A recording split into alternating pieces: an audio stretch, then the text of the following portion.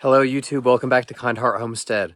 My name is Ben and I'm up here on our off-grid property in the mountains of Virginia. It's been a long time since our last real video in our series. That's because of some medical issues, because of some budget and time constraints. It's also been getting cold here. We had a whole week recently where it froze every morning. So what we'd like to do before winter really starts is get the garden prepped for spring. What a lot of people will tell you is that if you're not using the garden for growing in the cold season, you should go ahead and mulch it. Try to kill off the weeds to make it a lot easier for spring. Our mulch is this giant silage tarp. And if we get rid of the trellises, the irrigation, cut down the okra and corn stalks, we can then roll that out, kill the weeds for the spring. We also have some other things we need to organize. We'd also like to build a greenhouse, maybe move the chicken coop into the greenhouse until spring. That would keep the chickens a bit warmer for the winter. Who knows what else we can get into. So I'm just gonna set the phone to time lapse and get to work, and we'll see what we get done. So stick around, I'll be right back. Thanks for watching. We didn't really plan a release schedule for this video or the tasks involved in getting the garden ready for spring. So this is just a montage of some sunny and warm days that we had throughout the winter. It's spring now, obviously, so this is a couple months worth of progress. You can see me removing the U-posts that have our wobbler irrigation system attached. I'm just kind of moving that stuff behind the camera to get it out of the way of the silage tarp. I also cut down the okra stalks just to get them out of the way. But the next thing I need to do is scout through the garden and look for any pointy objects that could poke holes in the plastic silage tarp. It's already been devastated by wind in the past, and I've painstakingly repaired it with zip tape, and I'd like to avoid that where possible. So I'm digging up all of the okra root balls. It'll also help us with crop rotation. All right, I removed all of the infrastructure and tall stumps from the okra. Now I need to transplant these mullein plants. We don't want to kill them because they have medicinal properties. We'd like to preserve them for next year's growth. So I'm going to try to dig these up and move them just over there behind the camera. Let's see how it goes.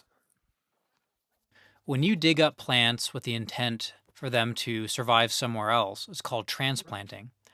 And when I do that, I like to use a rounded style shovel, such as this, because plants tend to radiate outwards in a circular fashion. If plants were square, I would use a square shovel. But these smaller mullein plants, you can't really tell my technique too well. But on the larger ones, I'm essentially shoving the shovel into the ground with my foot from 4 directions, and it creates a circular hole. And that's important because it maximizes the amount of roots that I'm able to bring with me. So I successfully dug up 9 mullein plants from where the tarp was going to be laid down. And this footage is several months old now. It's actually the second day of spring as I'm recording this voiceover, and I can tell you that the mullein plants have established themselves. They love the spring weather so far, so only time will tell how big these will get, and we'll see what we can make out of them. I evenly spaced these plants using the handle of the shovel as a guide. After I backfilled them just a little bit after transplanting, I gave them some water, and that concludes this part of the project. We ended up burning all of those okra stalks along with some other logs and branches we had sitting around in the garden, and this is to create some sort of biochar that'll be valuable for our upcoming crops. But we need to make sure this cools and we rake it flat before we can roll out the tarp. All right, everyone. Time to continue our progress of preparing the garden for the growing season. We have the little burn pile there, so I'm gonna have to move a log and maybe kind of rake that flat. But what I really need to do now that the snow is gone is to spread this tarp back over our 50-foot bed section for our vegetable production. And we actually have a break in the winter weather right now. There's a bit of a heat wave. It's been up into the 60s this weekend. But tomorrow night it's going to get back down into the single digits. So Even though there's a bit of wind, at least the conditions are a bit more mild. So I'm going to try to get this tarp spread out quickly. I have my tripod here. I'm going to set up a time lapse for you, so I hope you enjoy this. We purchased this 54 by 40 foot silage tarp long before we settled on the dimensions for our garden. The fence is 80 feet by 80 feet, so as you can imagine, the silage tarp only helps us mulch a fraction of that. But that's fine because we're planning to use permaculture principles to grow our food forest. We also need room for our bees and compost and stuff like that. So this is really just our production part of the garden where we're doing row crops with irrigation. The hardest part about this whole process is moving these sandbags. These things are falling apart because we've been using them for a few years. But once we get it weighted down, we're moving our attention to the garden rack here. You can watch our video about that from last year. But this is where our power comes in, and we're also hanging up all of our tools, just trying to get it organized for the growing season. One last thing I'd like to do before we sign off of this video is to rotate our compost pile. We have this nice plastic barrel, for the lack of a better word. It comes in a roll, and we can adjust it to be however skinny or wide we want it. The cool thing about it is once it's unbracketed, which it is right now, I can peel this off from it because compost definitely settles down and it puts a lot of pressure at the bottom. So if you had a rigid container, there's no way you'd be able to get the compost back out. But with this, I can peel this off. I'm going to throw everything I can into that gorilla cart and start trucking stuff over to the edge of our tarp where we're going to start our row crops. So let's get that started right now. I feel like composting is a homesteading task that anyone, regardless of skill level, can get started with.